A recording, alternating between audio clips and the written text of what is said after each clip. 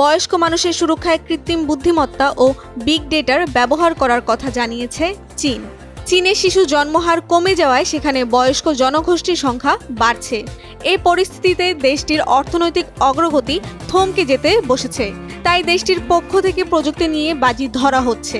দেশটির বয়স্ক লোকজনকে দেখাশোনার পাশাপাশি সামাজিক পরিচর্যায় কৃত্রিম বুদ্ধিমত্তা ও বিগ ডেটার মতো প্রযুক্তির ব্যবহার বাড়ানো হচ্ছে। 9 মার্চ রোববার চীন কর্তৃপক্ষ এ ঘোষণা দিয়েছে।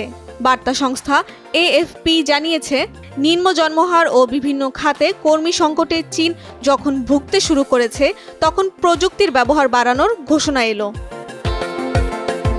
চীনে 2024 সাল পর্যন্ত টানা 3 বছর ধরে জনসংখ্যা কমেছে। দেশটিতে 31 কোটির বেশি লোকের বয়স 60 বছরের ওপরে। দেশটির কর্মশক্তি কমে যাওয়ায় ভবিষ্যতের অর্থনৈতিক প্রবৃদ্ধিকে ত্বরান্বিত করতে সরকার প্রযুক্তির দিকে নজর দিয়েছে।